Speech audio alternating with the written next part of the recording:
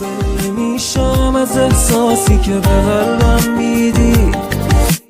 هرچی که بد گفتن راجبم انگار که نشنیدی. انقدر که پاکی عشق تو توی چشمات میبینم.